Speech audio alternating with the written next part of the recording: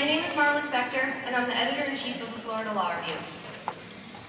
I would like to thank you all for joining us this morning for the 4th annual Alan L. Poucher Legal Education Series.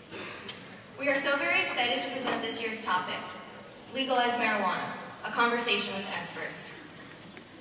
The Florida Law Review's Alan L. Poucher Legal Education Series was established by Betty Poucher, Elizabeth Poucher Reynolds, and Alan L. Poucher Jr. in honor of the late Alan L. Poucher Sr. The Poucher Lecture was created to promote the discussion of various legal, political, and business issues, and today's informed discussion would not be possible without the generous contributions of the Poucher family. We are so very delighted to have the Poucher family here with us today, and at this time, I would like to ask them to stand so we can thank them all for their continued support of the Florida Law Review and the Alan L. Poucher Legal Education Series.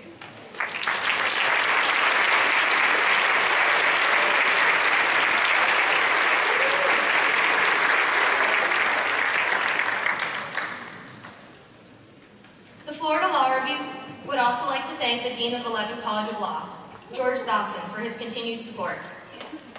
We are fortunate to be a part of a law school that encourages the discussion of various legal matters in a forum such as this. The entire Law Review has been involved in putting together today's event, and for that, I would like to thank all of our members, and of course thank our staff editors, Lisa Caldwell and Angie Forder.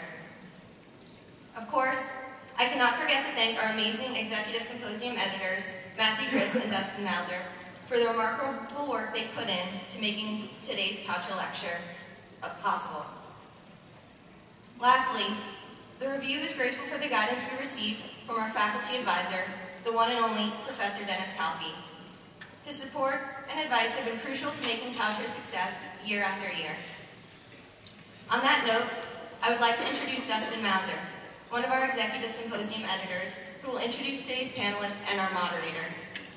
I hope everyone enjoys today's conversation and leaves the lecture with a more informed opinion on the hot topic of whether marijuana should be legalized. Thank you.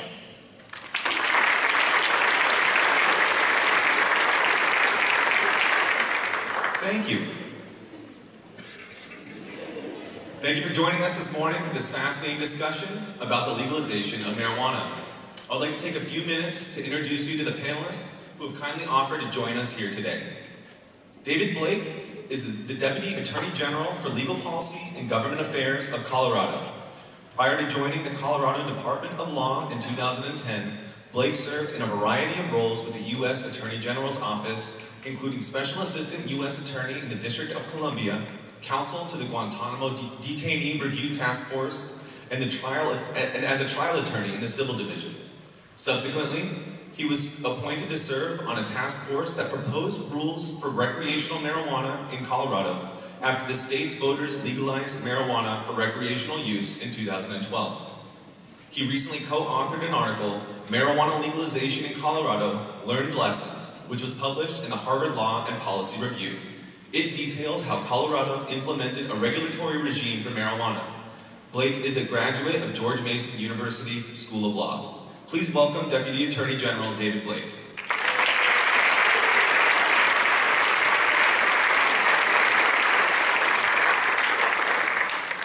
Our next panelist is Dr. Carl Hart, who is a tenured professor of psychology in both the departments of psychiatry and psychology at Columbia University and the director of the Residential Studies and Methamphetamine Research Laboratories at the New York State Psychiatric Institute. A major focus of Dr. Hart's research is to understand the complex interactions between drugs of abuse and the neurobiology and environmental factors that mediate human behavior and physiology. He is an author and co-author of dozens of peer-reviewed scientific articles in the area of neuropsychopharmacology. He co-authored the textbook Drugs, Society, and Human Behavior and is a member of the National Institutes of Health Review Group. He was awarded the 2014 Penn E. O. Wilson Literary Science Writing Award for his memoir High Price for its compelling argument to reconsider the country's policies on drug use. Dr. Hart was recently elected to fellow status by the American Psychological Association and was recently awarded Columbia University's highest teaching award. Please welcome Dr. Carl Hart.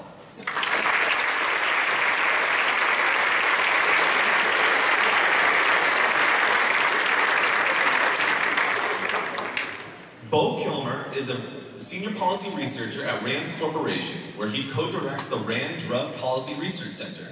He is also a professor at the Pardee RAND Graduate School. His research lies at the intersection of public health and public safety, with a special emphasis on substance abuse, illicit markets, crime, and public policy. Some of his current projects include estimating the size of illegal drug markets, assessing the consequences of alternative marijuana policies, and measuring the effect of South Dakota's 24/7 sobriety program on drunk driving and domestic violence outcomes. Kilmer's research has appeared in leading journals such as Addiction and American Journal of Public Health, and his commentaries have been published by prominent print, television, and radio media outlets. He is a co-author of the book, Marijuana Legalization, What Everyone Needs to Know. Before earning his doctorate at Harvard University, Kilmer received a Judicial Administration Fellowship that supported his work with the San Francisco Drug Court. Please welcome Dr. Bo Kilmer.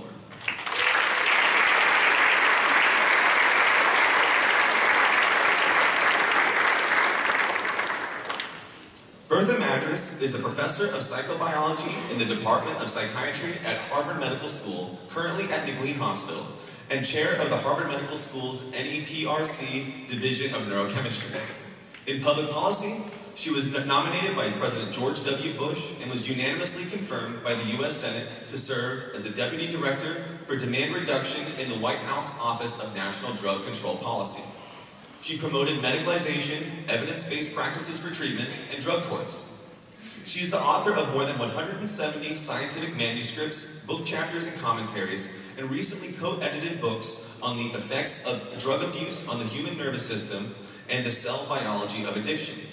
She holds 19 patents and has served on over 50 National Institutes of Health committees, and is a current advisor to the NFL and U.S. Attorney's Office in California. She also directed a National Institute of Drug Abuse sponsored event at the Museum of Science in Boston entitled Changing Your Mind, Drugs in the Brain, which included an electronic teaching program licensed by Disney in 2006. Please join me in welcoming Dr. Bertha K. Madras.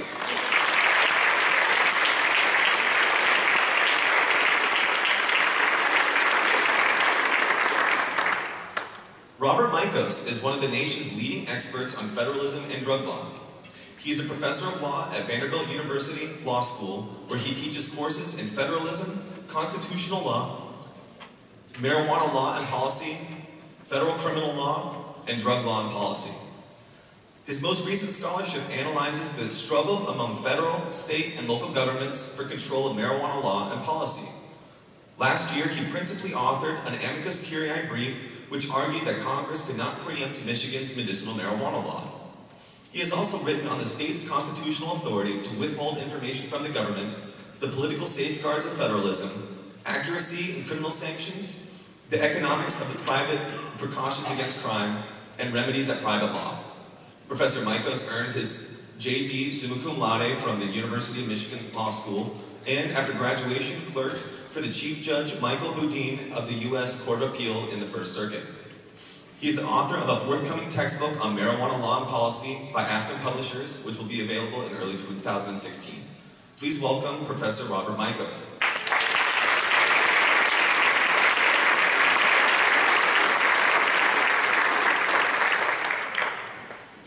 Scott Teitelbaum is a professor of psychiatry and pediatrics at the University of Florida College of Medicine and is the vice chair of the psychiatry department.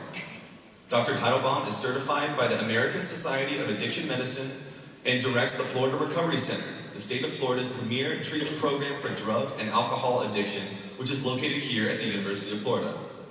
Additionally, he is the immediate past president of the Florida Society of Addiction Medicine. He has been interviewed as a national expert for radio, television, and print media, and has been consulted by the White House Office of National Drug Control, the DEA, and the Executive Office of the President to help with the media campaign on the use of marijuana by children and adolescents. Dr. Teitelbaum was inducted into the Conway Hunter Society in 2010, a national recognition for his leadership in addiction medicine. He is a co-author of Weed, Family Guide to Marijuana Myths and Facts. Please welcome Dr. Scott Teitelbaum.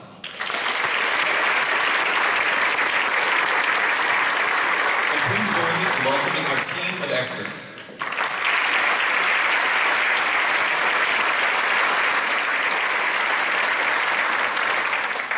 The format of today's discussion will be a conversation among the panelists that is facilitated with questions posed from a moderator.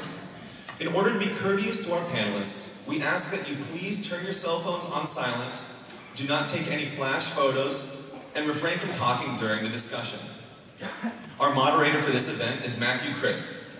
Matt is a third-year law student at the University of Florida Levin College of Law and serves as an executive symposium editor on the Florida Law Review.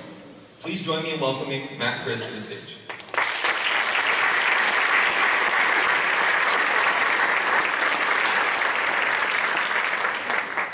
Well, as you can tell from Dustin's introduction, we are extremely lucky to have such a great group of experts with us today to talk about marijuana legalization. You know, the plant cannabis has been cloaked with stigma, the result of years of prohibition at both the state and federal level. Undoubtedly, there are both valid and invalid reasons for its controversial reputation. But if public opinion polls mean anything, their reputation is becoming less controversial. In 2008, just 35% of Americans believed that marijuana should be legal. Jump forward to 2012, that number had surged to 52%. According to a Wall Street Journal NBC News poll conducted earlier this year, today, more Americans believe that that sugar is more harmful than marijuana to one's health. This dramatic shift in public opinion has driven changes in state law, at the state level. 23 states have now legalized marijuana for medical use. Florida may soon add to that if voters approve Amendment 2 in this state, which would legalize medical marijuana. 2 other states, Ohio and Pennsylvania, also have similar ballot initiatives in November. And then 2 states in the District of Columbia are considering this November of legalizing marijuana for recreational use. And in 2012, 2 states did just that, Washington and Colorado, making them the only places in the world where marijuana is essentially legal. And I have to say essentially because the federal government still bans marijuana. So, given the increasing public acceptance of marijuana, and assuming that Colorado's and Washington's experiment with legalization doesn't result in any unintended or unexpected consequences to public health, safety, and welfare, it's a good bet. It's not difficult to imagine more states legalizing marijuana in the near future. As a Brookings Institute report noted earlier this year, or last year, momentum is definitely on the side of those favoring legalization. That means it's clear then that this topic, the topic of marijuana legalization, is here with us to stay. Which is distressing. Not because I or the Florida Law Review have any opinion one way or the other about marijuana legalization, but because the conversation that's taking place today over TV, over our airwaves, online, and our newspapers, is largely a discussion not based on evidence, facts, and research, but one based on unsubstantiated opinions and anecdotal evidence about why marijuana shouldn't be legalized, whether marijuana should or should not be used for medicinal purposes, and whether arresting people for marijuana possession is or is not a good idea for public policy. It seems then that there are 2 extremes in popular culture about marijuana. On one extreme, marijuana is a gateway drug that leads to a life of crime and to trying more illicit and harder substances such as cocaine and heroin. And on the other extreme, marijuana is just a gateway to the nearest supermarket snack aisle. I'm fairly confident that our panelists will agree that the topic, marijuana legalization, this issue, is far more nuanced than that. We're going to explore those nuances today. We're going to explore those nuances and tease out the facts relating to the public policy issues surrounding legalization, the medical efficacy of marijuana, the social consequences of our current drug policy, and the probable consequences of legalization, as well as the hurdles to improving our knowledge, or scientific knowledge about this substance, a substance which 18 million Americans regularly use. So this is not intended to be an adversarial debate. It's intended to be an open, engaging, inclusive conversation, inclusive to all ideas about this topic from our panelists, as long as they are supported by facts, evidence, research, and professional experience. So let's start that conversation right now. I'm going to start with Dr. Kilmer. First of all, thank you all for getting deaf for us. Thank you all for flying in. Dr. Kilmer, you flew in from LA, so you've got the lucky ticket. You flew in the farthest. I'm going to start with a tall order here. Can you give us just a brief history of American marijuana policy? Well, we've got an hour or two talking about that. The idea of marijuana prohibition is actually a relatively new phenomenon. I mean, step back, in some cultures, they've used marijuana for thousands of years for medicinal or therapeutic or for spiritual reasons. And even in the late 1800s in the United States, cannabis extracts were used for medicinal purposes, for relieving pain, reducing restlessness. It was advertised in kind of pharmacy journals. But it wasn't until the early 1900s when marijuana actually began to be used as an intoxicant in the United States, or became more popularly used as an intoxicant. And it was in the early 1900s that actually a number of states, before the federal government, actually began to prohibit marijuana. And they did this for a number of different reasons, but you can't deny the role that race and ethnicity played in some of those early decisions. Marijuana smoking was closely tied with some of the Mexican immigrants that had been coming to the United States. And as there was more of a backlash against the Mexican immigrants because of the Great Depression, people saw that as an opportunity to begin to crack down on marijuana. There were also strong ties between marijuana use and the African-American jazz communities. So there were a number of reasons, and in some places the white majority did not like that. And so there were a number of reasons why states actually began banning marijuana in the early 1900s. But it wasn't until 1937 that the federal government, when they passed the Marijuana Tax Stamp Act, that pretty much prohibited marijuana, or possession of marijuana, to be used as an intoxicant. Then fast forward to 1970, and that's when you had the passage of the Controlled Substances Act. And we've got some experts on this panel, so I'm not going to spend too much time getting into the details. But essentially what that act did is it placed all psychoactive drugs into 5 different schedules, with Schedule 1 being the category for the most dangerous drugs. That is, those that had no currently accepted medical use and those where there was a high potential for abuse. Heroin is in that category, LSD is in that category, and so is marijuana. And that's where it remains today. In the 1970s, you then began to see some states, they began to decriminalize marijuana. And it's important to understand that there's a difference between decriminalizing and legalizing. When people talk about decriminalizing, they're typically referring to reducing the penalties for possession for small amounts. For example, having to go from being a misdemeanor to something more like a traffic ticket. So you had 12 states decriminalize marijuana in the 1970s. South Dakota did, but then they actually recriminalized. And then you've had a few other states decriminalized since then. You had a federal program for medical marijuana that was soon canceled. But the real conversation about medical marijuana got started in the mid-90s when California passed Proposition 215. And Matt, as you mentioned, since then, 23 states now make allowances for medical marijuana. And that's in addition to the 11 states that have passed CBD-only laws in 2014. And so you've had this influx of voter initiatives, but also legislative bills that are now making these allowances for marijuana and are for marijuana to be used for medical purposes. And yeah, it was in November of 2012 that Colorado and Washington State became the first jurisdiction in the world to remove the prohibition prohibition on marijuana and actually allow for-profit companies to come in and begin producing this. And this is really interesting. I mean, a lot of people think, well, didn't they already legalize marijuana in the Netherlands? No, that's not the case. Yes, if you're over 18, you can walk into one of those coffee shops and buy up to 5 grams, because they have an official policy of not enforcing the law against small-scale transactions. But it's still illegal to grow and sell the marijuana there. So you can't just look to the Netherlands to get insights about what marijuana legalization would look like here. You know, for us researchers, what we were really interested in seeing is, well, after these initiatives passed, well, what was the federal government going to do? Because as Matt suggested, this is still all illegal under federal law.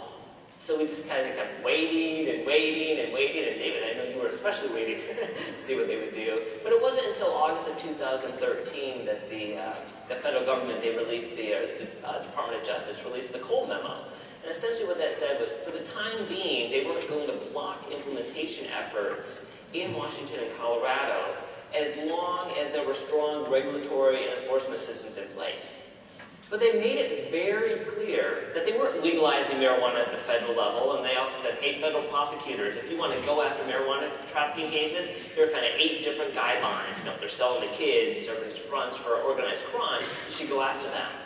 So it really has been this, there's been a lot of change over the past few years, and the one thing to keep in mind is that this is a federal policy, and we're going to have a new president in January of 2017. So it'll be very interesting to see if that individual kind of continues with what the Obama administration is doing, or whether or not they'll do something else. Well, thank you for that. That's great context. I think we could spend probably 2 or 3 hours on this. As you mentioned, marijuana is a Schedule I drug. There are other substances. The most restrictive schedule. There are other substances that are less restrictive, such as cocaine, which I believe is Schedule II. There's a case in a federal court, the Eastern District of California, which granted an evidentiary hearing on a motion challenging the constitutionality of classifying marijuana as a Schedule I substance, and the hearing is set for this Monday. And wouldn't luck have it, but we have 2 of the expert witnesses with us today who will be discussing that issue in federal court. Dr. Matthews, you're the expert witness for the U.S. government. Why should marijuana remain a Schedule I substance? Well, frankly, I am not permitted to discuss the case until it is. But I can answer that in general terms. There are 3 reasons for placing a drug into Schedule I, or in any drug schedule. One is it has a high potential for abuse. The second issue, it has no medical purpose. And the third issue is that the drug does not have a proven safety standard. And so I can readily address these.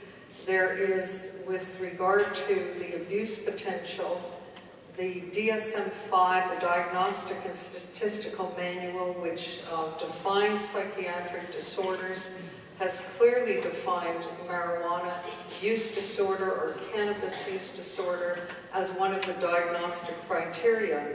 This has been controversial amongst the psychiatric community for years, but the predecessor to this manual, which was DSM-4, had already recognized that there is a cannabis dependence or use disorder, which clearly was based on evidence, strong, powerful evidence, so that the potential for abuse is high. Secondly, the medicinal properties of cannabis, although this is being debated currently in this constitutional amendment in Florida, I can quote a number of databases, including the Cochrane database, which scans all the medical literature on the medicinal uses of cannabinoids as well as marijuana, as well as other meta-analyses of data that have been produced over the years. And right now, there is insufficient evidence to claim that marijuana has medical purposes with regard to FDA standards. These standards of the Food and Drug Administration, which came into effect in 1938 and have protected Americans from false claims, dangerous drugs, have evolved over the past 70 years into a system that is amongst the best, if not the best in the world. And from my perspective, as well as the legal and FDA perspective, one has to succeed in fulfilling these FDA standards before a drug is approved for medical purposes. The claims that I have seen amongst multiple states, including California, Connecticut, Illinois, I can go through most of them, are remarkable in lack of evidence. For Parkinson's, for Alzheimer's, for amyotrophic lateral sclerosis, the claims would not even begin to get into phase 1 clinical trials by FDA standards. So what I do think, and the final criterion is safety, and clearly there are safety issues evolving around the use of an intoxicant while trying to fulfill one's daily requirements and commitments.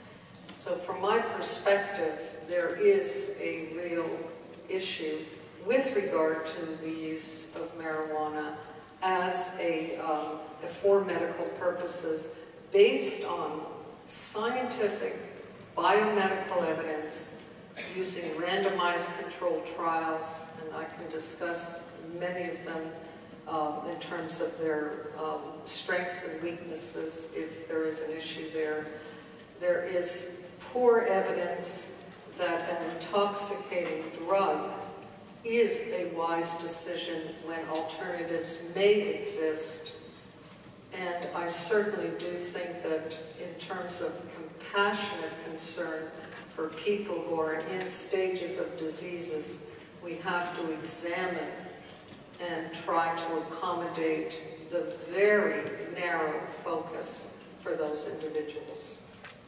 So Dr. Hart, do you like to respond? Or? Well, I think Dr. Matrix gave a really nice overview about the issues in terms of abuse potential, in terms of the medical utility and safety. I think that's a great overview. When we think of abuse potential, when we think about drugs that are available, for example, this is a university.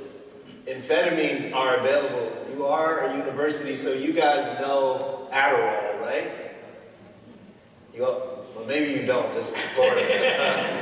Adderall is an amphetamine, and it's approved. And it's approved to treat attention deficit disorder. And it certainly is one of these drugs that has abuse potential. So marijuana, it's clear it has abuse potential. Whether or not a drug has abuse potential, it's not a reason to make the drug illegal or to have it Schedule 1. Because when we think about marijuana's abuse potential, and then we think about something like Adderall, marijuana probably has less abuse potential than amphetamines. But amphetamines are important medications that we use in our country, and we use them safely. And then when we think about medical sort of utility, or are there any medical benefits from marijuana, there have been a number of government studies. What we didn't say is that I have conducted many of these studies along with my colleagues, and we certainly have shown that marijuana, for example, is as effective as Marinol, which is THC in a pill, is as effective at increasing food intake, which Marinol is approved for, particularly in AIDS wasting or chemotherapy related to cancer treatment. Marijuana is as effective as Marinol, and we've demonstrated that. Other people have demonstrated this in HIV-positive people and people who are not HIV positive. And there's also some indication that marijuana is potentially useful in certain types of pain. But as Dr. Matrix pointed out, she's absolutely right. Some of the claims that people are saying that marijuana is useful for, there are no scientific evidence for it. She's absolutely right. But when we think about approving a medication or moving it from Schedule 1 to a different schedule, that medication does not have to be effective for everything. That would be illogical. And when we think about safety and we think about intoxicating effects of drugs, now, how many of you all have had something like dental pain? Well, you don't have to say. I'll tell you, I have had dental pain recently. I recently had a root canal.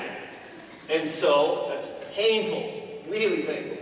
And so, I had some options. I could take ibuprofen, or I could take the prescribed Percocet, which contains OxyContin.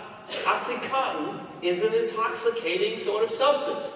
I took the OxyContin because it was intoxicating. But at the same token, I also am a college professor. And I had to go and teach my classes the next day and so forth, and I had other responsibility.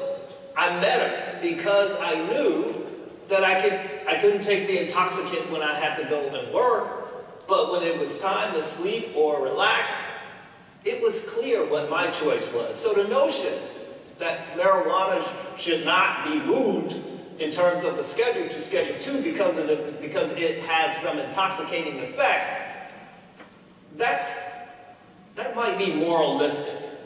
Give me my intoxicant. We're gonna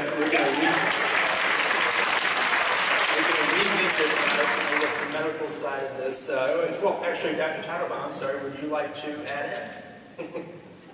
Well, I don't want my intoxicant. I think that when you look at drugs with abuse liability, certainly, I'm glad that you articulated. It was clearly addiction liability with marijuana, and I think that's unequivocal, and people have to accept that. So when you look at moving a substance to Schedule 1 to Schedule 2, from my end, and somebody that treats and evaluates people, I'm more concerned with when we make a substance legal and we decrease the perceived danger of the substance, that we're going to see increased use in younger people. And when you look at the studies and you look at the literature and you look at the monitoring the future study, one of the things at the University of Michigan, when you look at initiation of drugs in 8th, 10th, and 12th grade, one thing that has stood out since the 1970s, that is, as a drug is perceived more dangerous, it is less likely to be used, less likely to be initiated.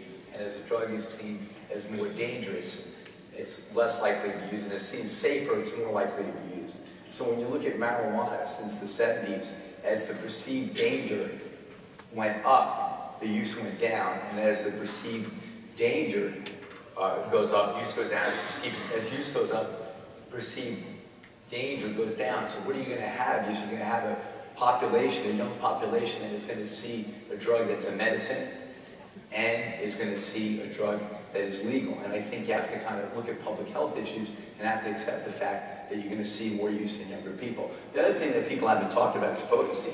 Back in those of us that did like our intoxicants when we were younger, the potency of marijuana was somewhere between 1% and 4%.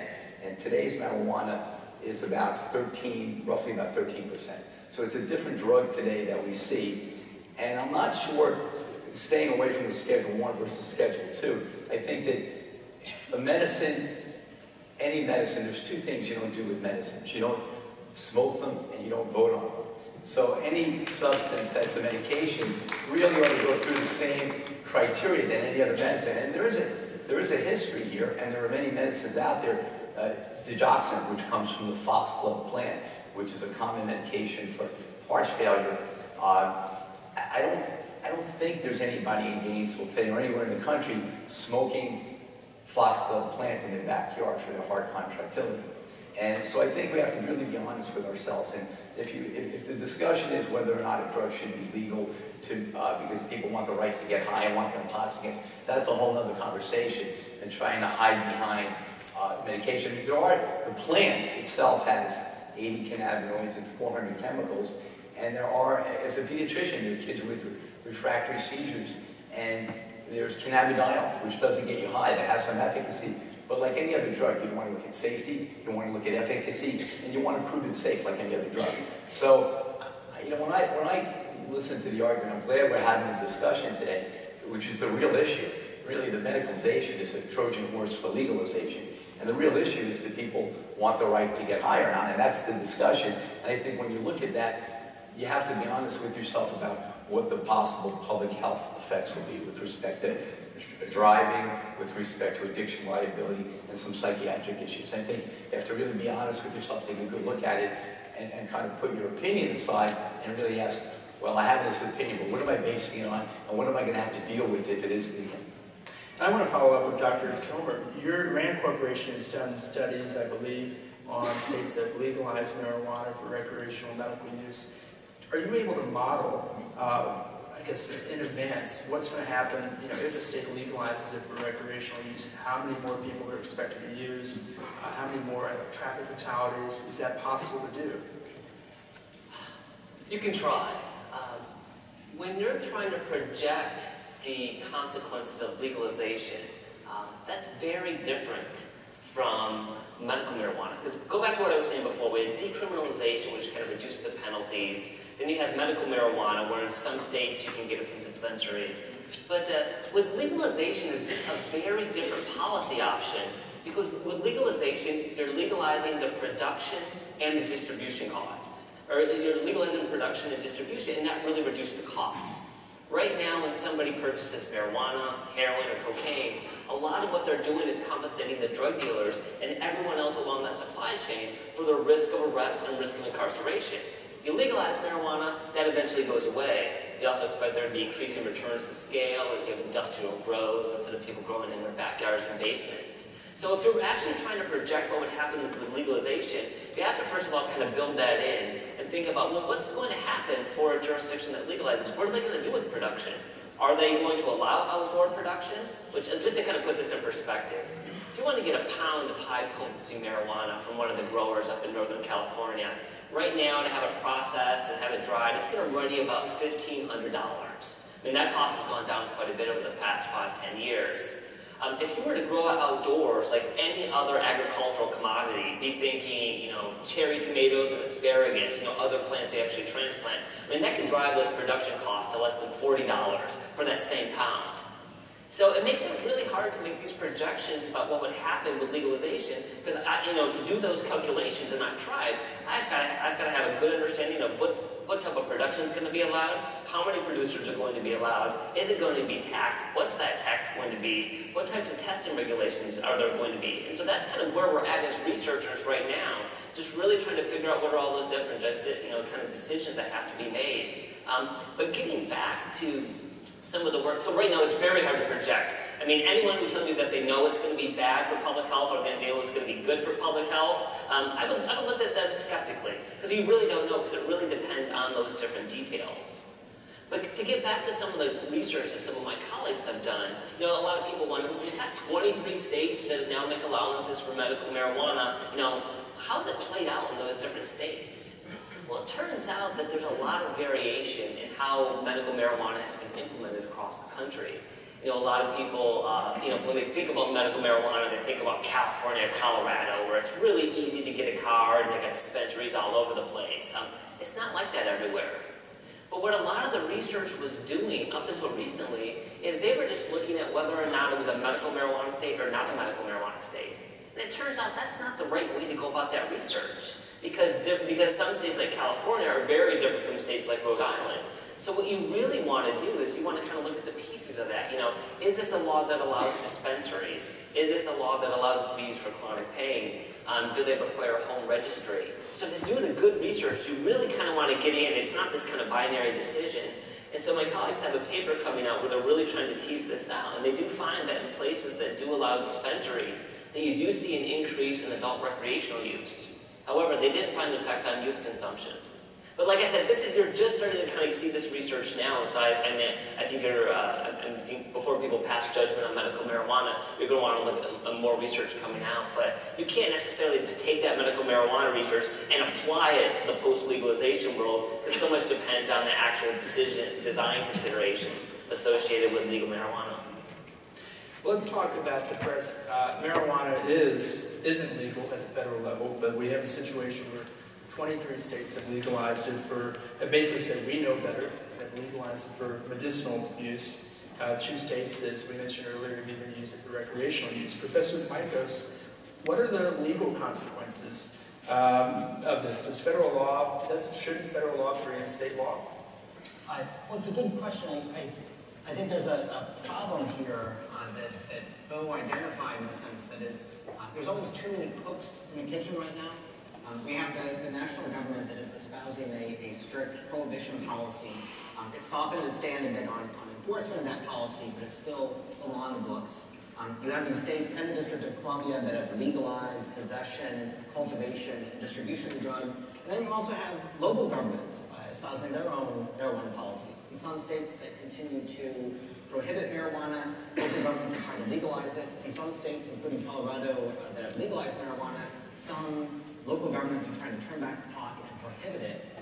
And this phenomenon where you have these three different levels of government that all disagree about what the policy should look like, I think is causing a lot of headaches, and it means that we can't get a policy that anyone is going to be truly satisfied with. And part of the problem comes up because you do have the gorilla in the room, the federal government, which has this strong prohibition policy. The federal government, importantly, can't force states to criminalize marijuana. So the states are on pretty solid legal footing when they legalize it. A state can simply say, we don't care about this drug, we're not going to do anything about it. But a state can't go any further than that. A state can't obstruct federal prosecutions. So if the federal government wants to step in and prosecute people who are acting in compliance with state law, it could if it had the resources. And a state also can't do things that facilitate this conduct that is illegal under federal law. That's why states are struggling with things like employment protection for medical marijuana users. If you're a user of other legal drugs and your employer fires you for using the drug off the job when you have a doctor's position, that's considered employment discrimination under most state and even some federal laws. But when it comes to medical marijuana, it's a different story because it's illegal under federal law. So this dynamic where you have these three levels of government, all with their own intention policies, I think it really creates a situation where we can't get to where we want to be. Whatever your position on the issue is, we can't get there under present circumstances. And Mr. Blake, you served in the Department of Justice. Now you are Deputy Attorney General of Colorado. You've worked at the federal level, the state level. What's an ideal world? I'm assuming the federal level would be where we want to legalize it. Did you say ideal? No. We're all when it came to it. No. I guess an ideal world, if you were going to legalize something, if you're going to clear up this confusion that Professor Michaels just pointed out, you would want to have it decided at the federal level rather than the state level, or do you disagree? No, of course. I mean, under the interstate